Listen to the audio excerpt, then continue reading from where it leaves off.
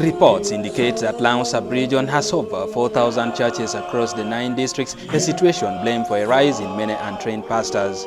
The church is becoming powerless and ineffective unless something is done, and something must be done urgently, which is training and equipping leaders. In fact, a lot of the churches now, to contain the people that they have brought in, what they are now doing is they're using regulations.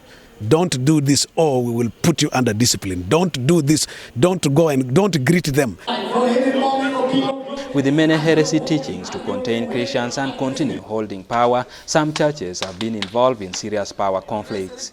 That is why we are saying, when you train a leader is trained theologically, he knows what the Bible says and he practices it, then it is his mandate to go and train his congregation so that the congregation are made to know what they are, what they are supposed to do, how they should behave. That is important. But when a leader is not trained and he doesn't have that knowledge and skill and he has not trained his people, we end up in such a situation. Our policies and constitution, our registration, I think this is where the government could help a little bit to regulate.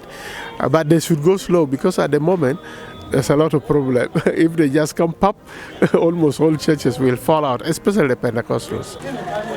Reports indicate that less than 10% of church leaders in the region have undergone theological training. Leaders say this is the major cause of the current gross abuse on the Holy Book. That's why people are acting like mad people now.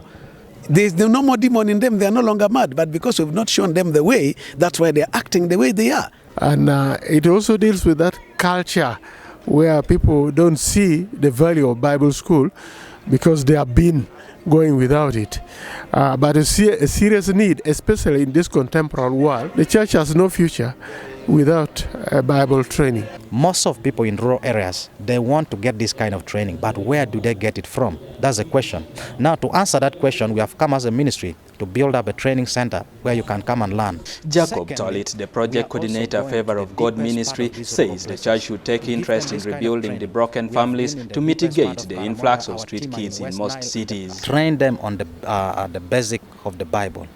We train them on the issues of forgiveness, heal them in their trauma. Besides theological training, the church ministers want government to rein on some errant churches. Ediolwa, UBC News.